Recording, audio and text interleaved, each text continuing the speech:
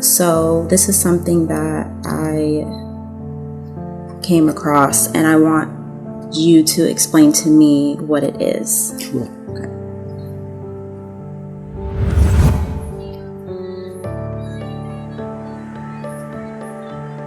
My name is Donald, and I cheated on my wife.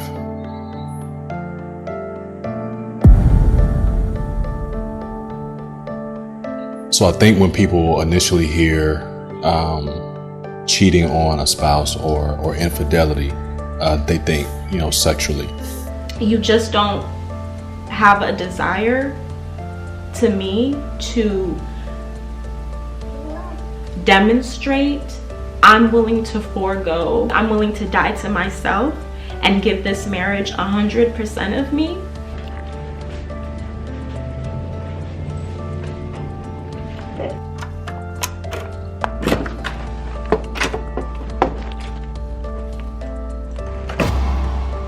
Let me just say that I've always been faithful sexually to my wife. This is not about me cheating with another person, but there's a term called financial infidelity. And to be very candid, I really wanted to just talk about like what it's like to go through this process. My wife, Abby, discovered there's about $16,000 of outstanding debt that I am responsible for. What's so unique about this is that, years ago, my wife and I have shared publicly that we were debt free to the tune of six figures: student loans, credit cards, consumer debt, 2 cars. And coming into our marriage, I would say that I brought in upwards of 80%, maybe even 85% of our debt. I'll say it again. If you want to go fast, go alone. Yeah. If you want to go far, go together. And it was like I said before, I got married to be married. So I'm with you and we're together. So even though it might take a little longer, because it took us to pay off all that debt about 5 years. Mm-hmm. Whereas I know it could have been done, quicker if we were rice and beans, never buy anything, never intense. But you have to appreciate that I could have done that, but then at the back end, I wouldn't have had the unity and the trust in my marriage, right. And what we have now, it's like, even though it might have taken longer, it could have even taken even longer, because right. I think there's something to be said about God blessing the unity and granting that favor. And just, I would say that that's a huge part of the whole testimony, success, really, is absolutely. Like God's hand in everything when we did what we needed to do and had our priorities straight in our mindset and in our heart toward each other. Yeah, that's so powerful. The lessons learned during your journey. For the past 7 or 8 years, I've been a part-time voiceover artist. So that includes, doing narration, radio commercials, some TV commercials, audiobooks, etc. And so with that, I've been on a journey to do this creative thing full time. All right, so the VO is done, and man, God is up to something. I don't know what, but He's up to something. And so 4 months ago, I left my full-time salary paid job. My total earnings over the span of a year, and I'm doing this because I don't think people typically talk like real numbers. It's very it's very out there, or it kind of leaves it up to interpretation. In between having a teacher's salary and then also doing this side business and voiceovers, I don't think I've necessarily brought home more than in total $45,000 to $50,000 a year. Okay. And so 2 years ago, I had this uncomfortable feeling, this unsettledness of just being unhappy with where I was. I enjoyed what I did. I was very good at what I did, but I knew that it was time for me to transition onto whatever it was God had next. So Lord, help me to be faithful, because you are. I was afraid to start out on this journey, because it really is the question of like, can I really do this, right?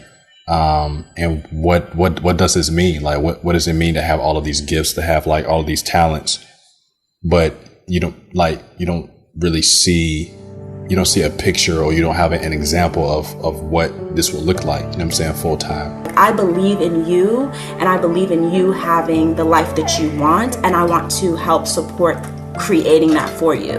I really do. And if my actions of like getting us out of debt the first time around, having a child, like, to me, those are like such big demonstrations of my belief in you and my love for you that it's like I don't understand what else I could do. So initially, Abby and I sat down and she's like, babe, like I understand like what it takes in order to build a business like in this way, and that it takes time, and so I'm willing to really like give, like 3 years, and by the end of 3 years, like if this comes of nothing, then we'll have another conversation about like, you going back to work and having more of a traditional stable career, right? So I'm thinking, okay, 3 years, wow, like that's a great runway. Like super grateful for that grace, grateful for like your understanding. And so what ends up happening is that I begin to develop this mindset of, okay, like, wow, it's like she's giving me a 3-year runway. If I can make this happen really quickly and give her evidence for financially and also creatively and vision wise, like to be able to manifest that thing a whole lot faster, like that's gonna be super dope, right?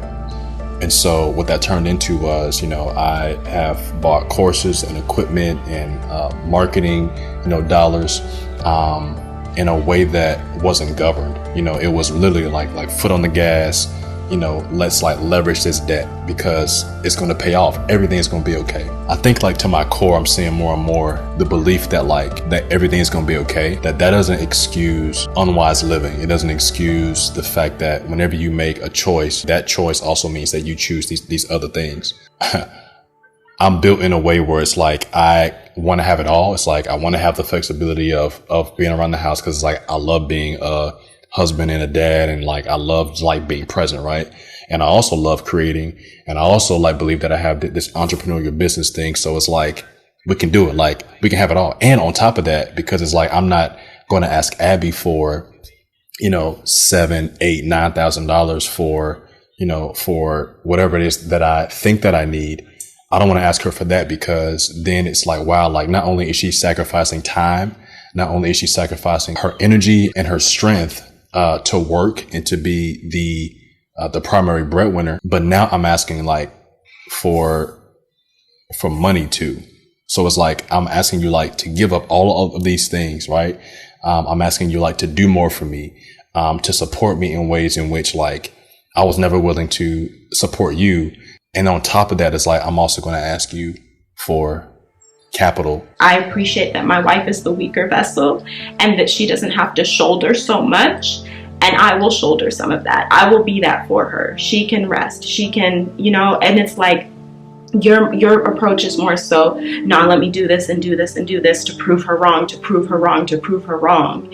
And to me, that's just a very like detrimental mindset and a way to sabotage your success. So then it became this story of like, I really have to prove this to her that I can do this. I have to prove to her that I'm even doing it like for our family. The sacrifices that I'm making of working, all of these hours, building a business and meeting with potential clients and doing all of this personal development that is worth it, because ultimately I'm doing it for our family.